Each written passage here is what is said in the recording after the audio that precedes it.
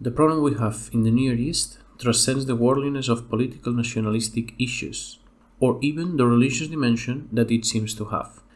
The war that exploded again between Israel and the Palestinian territory of Gaza on October 7th is only the logical and unavoidable effect of a deep and fundamental problem in the background, an issue of recognition. In Hegel's political philosophy, we can find an important concept about how the interaction between human beings and states actually works, and that concept is recognition.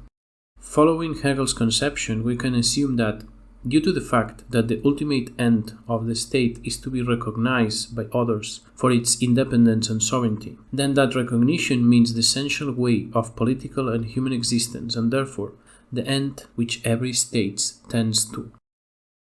This Hegelian discussion about the ontological significance of the state existence that derives from the relation of recognition is a crucial issue to think about nowadays, because it is in the heart of the matter that occupies the ancient quarrel whose implications we are living today.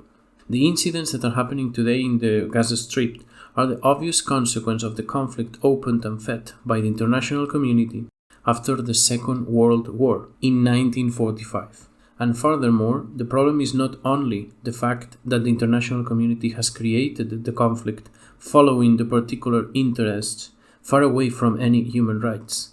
The real crucial point is that they do not have the slightest intention to solve or overcome the dispute. The foundation of almost any war, the moment when the conflict arises, begins from a starting point situation that we can consider as a situation of a kind of equality. This equality is not related to the size of the army or the quality of the contender's economy or so on, but it refers to a more essential feature in political and ontological terms. To be recognized as an enemy implies to be recognized as an existent and independent entity. In fact, an entity that should be destroyed or subordinated, but who still keeps a certain dignity. This is the background of war that we are seeing in regards to the conflict between Russia and Ukraine. Russia recognizes the existence of Ukraine. The problem is not there. The problem is placed on the lack of legitimacy that Russia perceives for Ukraine to exist, but also because Ukraine in fact exists. That is why Russia actually considers Ukraine and Ukrainian people as a part of itself, because the problem for Russia is not the existence of the people, but that Ukrainians are living independently and outside Russia's spheres of influence.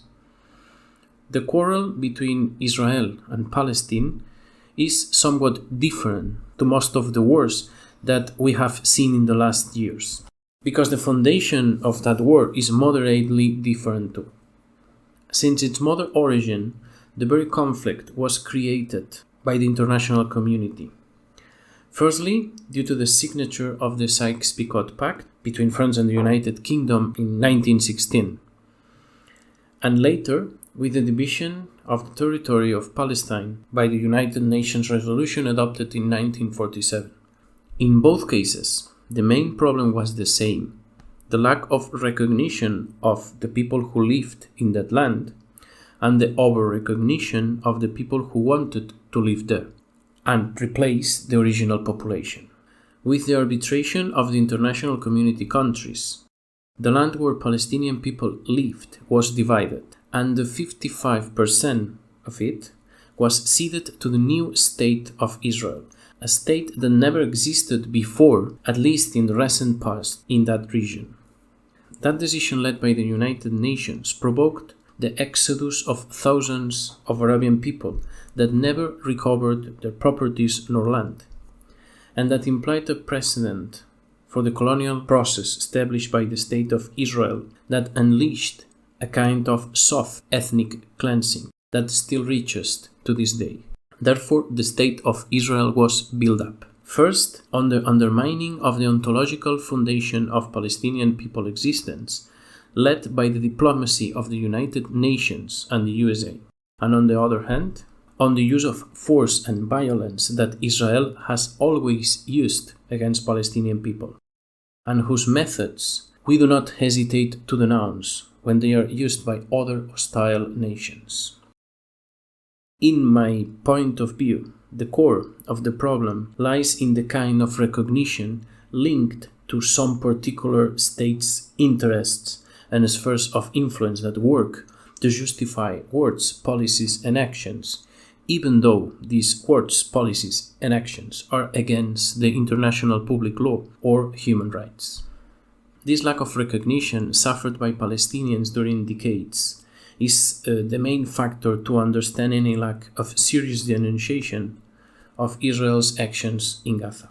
An example of that is what was said by the Minister of Defense a few days ago. While the army was bombing civilians in Gaza, the minister justified that massacre, saying that they were fighting against animals, not humans.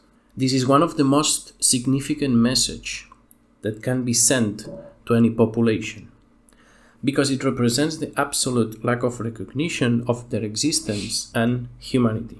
The intention of Israel regarding the conflict in Gaza is not and never was the mere annexation of the land. The primary goal for them is to destroy and annihilate any Palestinian presence in its area of influence. That is the reason behind this declaration, because, in essence, with these words, Israeli politicians and army are assuming the permission to bomb and invade the territory if they deem it necessary, because the general harm that they provide is not significant due to the fact that it is not a human who is harmed, and as such they do not have any human rights to protect or guarantee in the region.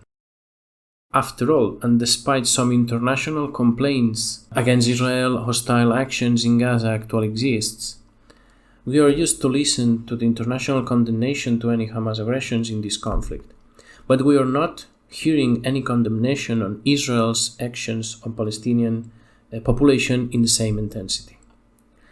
And the problem is not that the condemnation to Hamas attacks on Israel is not obvious, but that the condemnation to the state of Israel's response bombing civilians, considering its colonial policies in Palestinian regions and people in the last decades, is also clearly condemnable.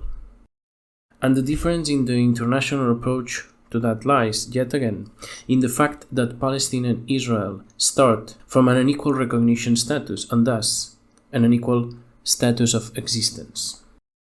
Indeed, the unique difference between the massacres perpetrated by Hamas and the massacres perpetrated by the State of Israel is that Hamas' attack became the perfect casus belli and gave to the State of Israel a justification and an excuse to start an eventually more aggressive Arabian genocide in the region.